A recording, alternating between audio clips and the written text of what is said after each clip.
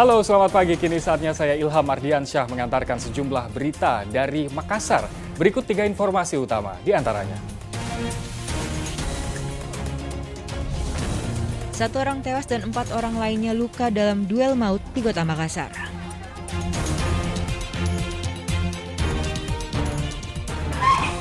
Kawanan perampok gasak uang 400 juta rupiah dan sejumlah emas batangan di sebuah gudang retail di Kota Makassar.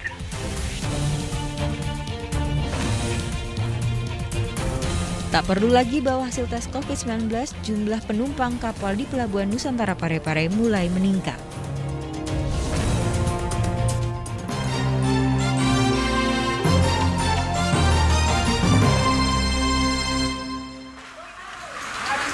Satu unit rumah indekos di Jalan Daeng Tata 7, Kelurahan Parangtambung, Kecamatan Tamalate, Kota Makassar, ludes terbakar Kamis sore. Belasan armada pemadam kebakaran dikerahkan untuk memadamkan api. Petugas damkar sempat kesulitan mencapai titik api.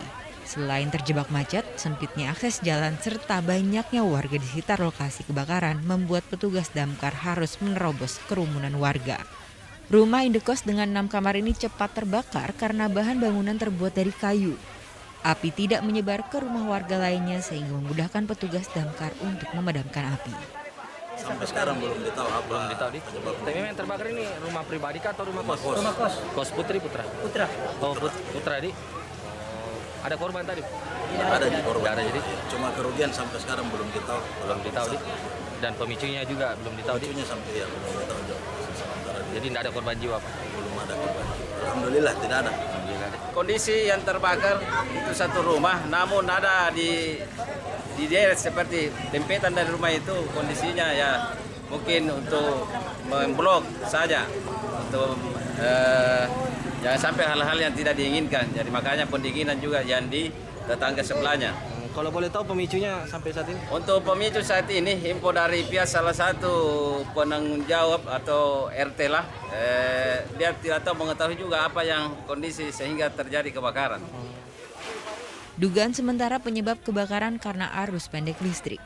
Tidak ada korban jiwa dalam peristiwa ini.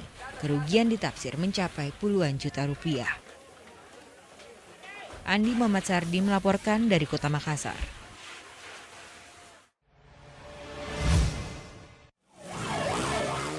Duel maut kembali terjadi di Kota Makassar Jumat lalu. Akibatnya, 1 orang tewas dan 4 lainnya mengalami luka serius dan harus mendapatkan perawatan.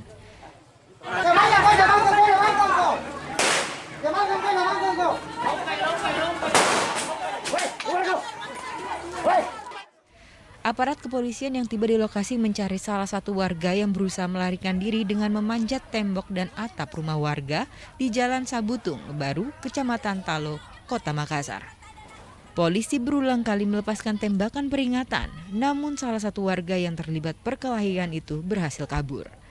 Sementara 4 orang lainnya langsung dievakuasi ke Rumah Sakit Polri Bayangkara Makassar karena mengalami luka serius di sekujur tubuhnya. Termasuk salah satu warga yang terkapar di jalan dengan bersimbah darah. Dari hasil penyelidikan sementara polisi, perkelahian antar tetangga hingga saling bacok ini diduga dipicu dendam lama. Terjadi perkelahian warga tetangga sehingga dengan adanya perkelahian itu 1 MD terus kemudian 3 yang sementara dirawat di Rumah Sakit Bayangkara. Kondisi yang dirawat ini seperti apa? Kondisi yang sementara dirawat sementara dalam penanganan intensif, luka-luka yang ada di badannya sementara diobati. Terus kemudian kami dari Polrestabes bersama dengan Polsek Talo sementara melakukan penyelidikan terkait dengan penyebab sehingga terjadi perkelahian sehingga mengakibatkan ada yang MD dan 3 yang sementara dirawat di Bayangkari. Polisi masih bersiaga di lokasi kejadian dan menjaga Rumah Sakit Bayangkara untuk mengantisipasi terjadinya perang kelompok. Selain itu, polisi juga masih mengejar salah satu warga yang kabur dari perkelahian. Andi Muhammad Sardi melaporkan dari Kota Makassar.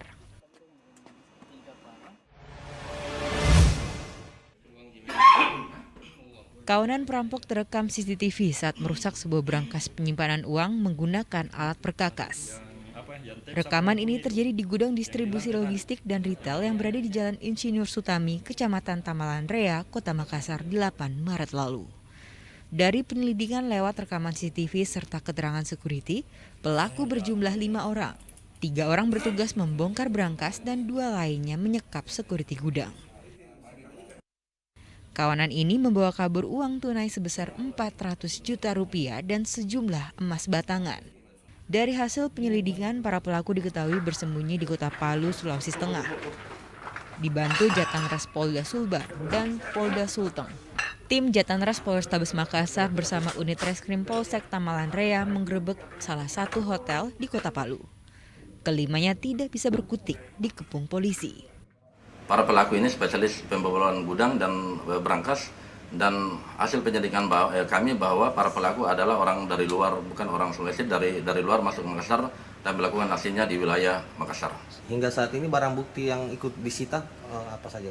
Adapun yang barang bukti yang kami sudah sita adalah alat yang digunakan oleh para tersangka untuk membobol gudang tersebut, dan ada beberapa handphone yang digunakan berkomunikasi pada saat melakukan aksinya.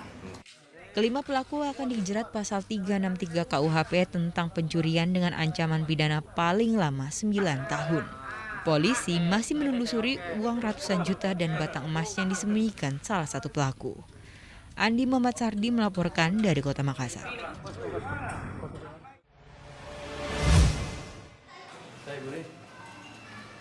Setelah menjalani operasi di Rumah Sakit Labuang Baji, Zulkifli, korban penembakan oleh personel dari Polres Goa, kondisinya perlahan mulai membaik. Zulkifli sebelumnya tertembus proyektil peluru di bagian paha.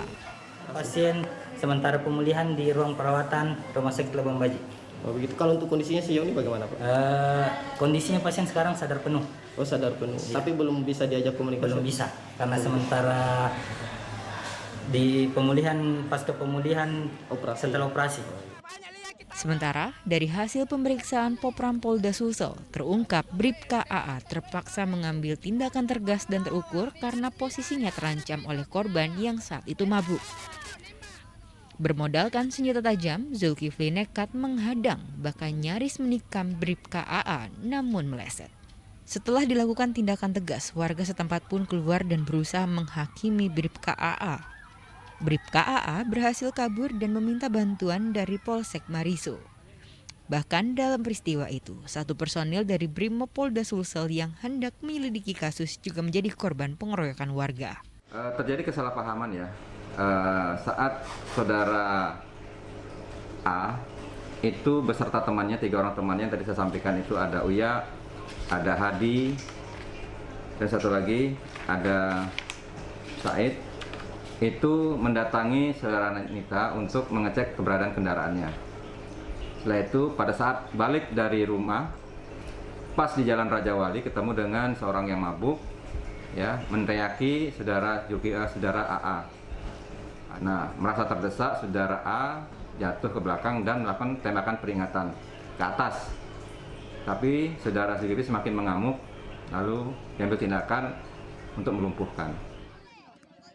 Sebelumnya terjadi kericuan di Jalan Raja Wali usai personel dari Polres Goa menembak warga di wilayah itu. Warga yang emosi lalu berusaha menghakimi Bribka AA.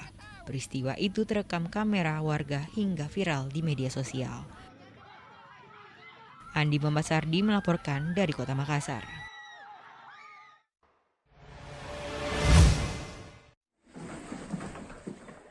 Polisi AKBP Mustari diberhentikan secara tidak hormat atas kasus pemerkosaan anak usia 13 tahun yang dijadikan asisten rumah tangga. Sanksi kepada pelaku diputuskan dalam sidang etik Propam Polda Sulsel pada Jumat lalu. Polisi yang bertugas di Polda Sulawesi Selatan AKBP Mustari terbukti 12 kali memperkosa korban yang masih duduk di bangku SMP. Hal ini terkuak dari keterangan korban yang dibaca dalam sidang kode etik. Perilaku pelanggar dinyatakan sebagai perbuatan tercela. Sanksi yang sifatnya administrasi direkomendasikan pemberhentian tindak pidana hormat PTDH dan Dinas Kepolisian Negara Indonesia. Demikian tuntutan ini disampaikan dan dibacakan di muka persidangan. AKBP Mustari dinyatakan bersalah dengan melanggar kode etik profesi Polri dan sanksi di pemberhentian tidak dengan hormat. Rekomendasikan pemberhentian tidak dengan hormat atau dinas kepolisian negara Republik Indonesia. Dalam sidang, Ketua Sidang Kode Etik menjatuhkan sanksi yang sifatnya tidak administratif, berupa perilaku pelanggaran dinyatakan sebagai perbuatan tercela. Resmi dipecat atau seperti apa? Ya, Sudah resmi dipecat? Ya, tapi kan keputusan pada Pak karena Kapolri, karena AKBP tetap Pak Kapolri. Keputusannya nanti ada keputusan. Tapi sudah resmi dipecat, Ya, berdasarkan sidang. Berdasarkan sidang, hasilnya direkomendasikan. Belum, nanti masih ada proses ini. Nah, kita nanti kan ada banding nanti. Yang bersangkutan masih banding. Nanti kita... Terhadap putusan tersebut, AKBP Mustari menyatakan banding dan diberikan waktu 14 hari untuk mengajukan memori banding. Zainuddin melaporkan dari Kota Makassar.